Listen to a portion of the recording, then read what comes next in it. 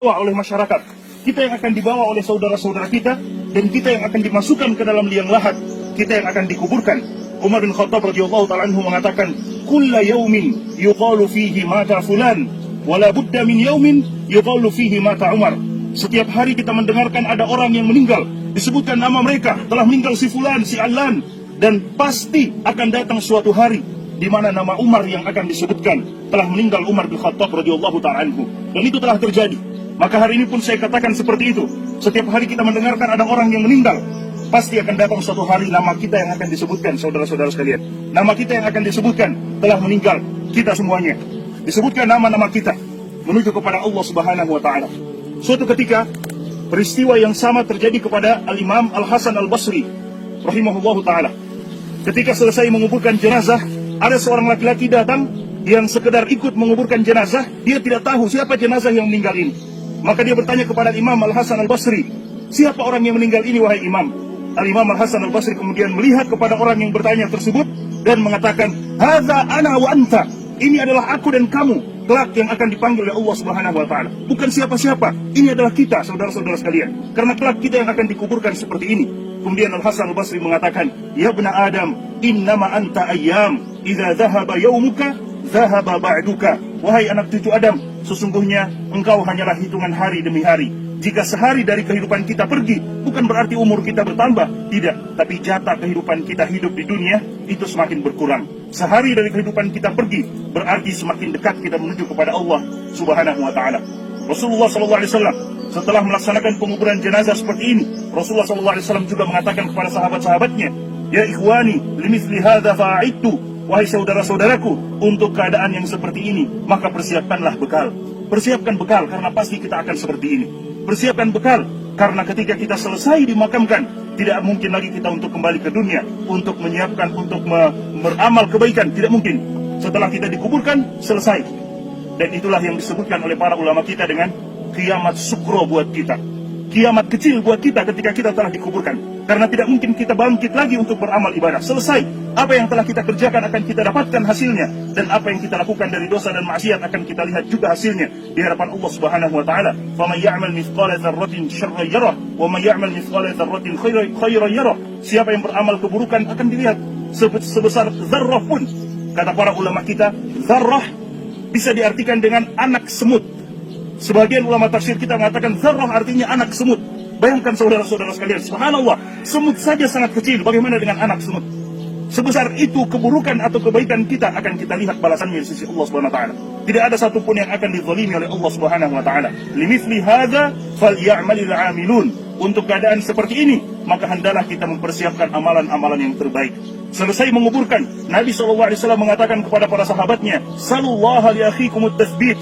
Minta dan bermohon kepada Allah Subhanahu wa taala untuk saudaramu yang telah dikuburkan ini at-tathbit, kekokohan, keteguhan untuk menjawab, fa innahul ana yus'al, karena dia sekarang sedang ditanya oleh malaikat Munkar dan Nakir. Ditanya tentang man rabbuka, siapa Rabbmu? Ditanya tentang man nabiyuka, siapa nabimu? Ditanya tentang ma dinuka, apa agamamu? Pertanyaan yang semua kita sudah mendengarkannya, tapi tidak semua manusia bisa menjawabnya. Siapa Tuhanmu? Kita akan menjawabnya dengan ibadah kita kepada Allah Subhanahu wa taala. Siapa nabimu? Kita akan mampu menjawabnya dengan bukti nyata mengikuti Nabi SAW, mengamalkan sunnah-sunnah beliau dan menjauhi perkara-perkara yang beliau tidak datang dengannya. Dan apa agamamu? Kita akan mampu menjawabnya jika kita beragama dengan agama yang dibawa oleh Nabi Muhammad SAW. 3 pertanyaan yang kita mampu menjawabnya sesuai dengan bagaimana kita mengamalkan 3 hal tersebut di kehidupan dunia ini. Nabi SAW mengatakan seperti itu kepada para sahabat.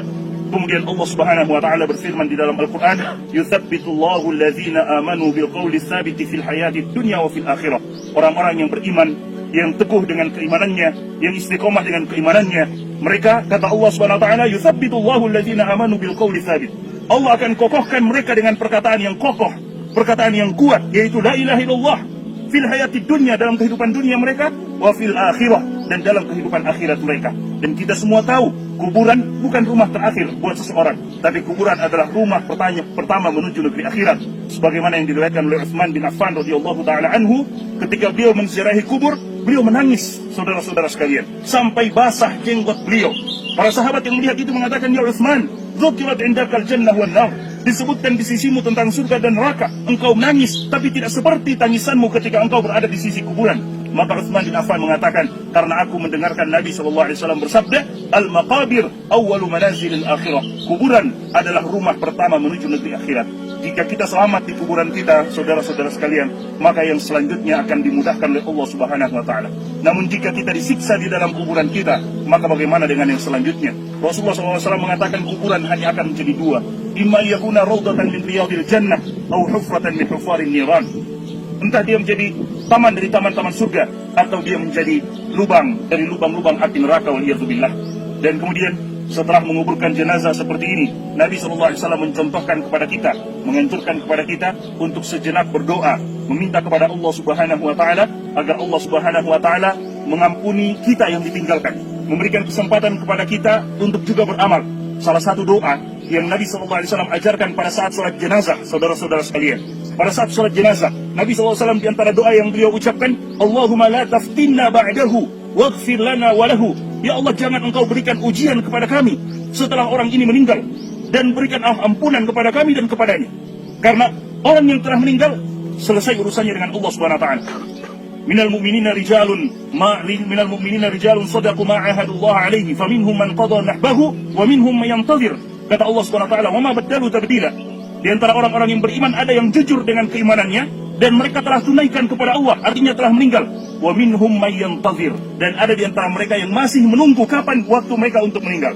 Tapi mereka yang masih menunggu itu, kata para ulama kita, jangan pernah mereka tertipu. Berdoa selalu kepada Allah, jangan sampai Allah berikan kita ujian yang sebelumnya kita soleh, tiba-tiba kita meninggal dalam keadaan toleh, waliyadzubillah. Na'udzubillah min dzalik. Makanya Nabi SAW berdoa, Allahumma la taftinna ba'dahu. Ya Allah, jangan engkau berikan ujian kepada kami. Dan ujian yang paling buruk, saudara-saudara sekalian, ketika ujian itu menimpa agama kita. Kalau ujian menimpa usaha kita, toko kita, perdagangan kita, masih bisa diusahakan. Tapi jika ujian itu menimpa agama kita, mendengar suara azan kita tidak melaksanakan sholat, dipanggil untuk beribadah kita tidak beribadah, berarti hati-hati, karena ujian sedang menimpa agama kita. Dan itu tidak bisa kita dapatkan gantinya kalau kita tidak segera merubah keadaan kita. Allah Subhanahu wa taala mengatakan, innallaha la yughayyiru ma biqaumin hatta yughayyiru ma bi anfusihim. Allah tidak akan merubah keadaan kita sampai kita mau merubah keadaan kita untuk menjadi lebih baik, menjadi lebih menghambakan diri kepada Allah Subhanahu wa taala. Kita berdoa kepada Allah Subhanahu wa taala, masing-masing kita berdoa kepada Allah, minta agar Allah Subhanahu wa taala menyelamatkan kita yang masih hidup, mengukuhkan keimanan kita, kemudian meminta kepada Allah Subhanahu wa taala agar Allah Subhanahu wa taala melapangkan kuburan beliau dan menjadikan kuburan beliau sebagai taman dari taman-taman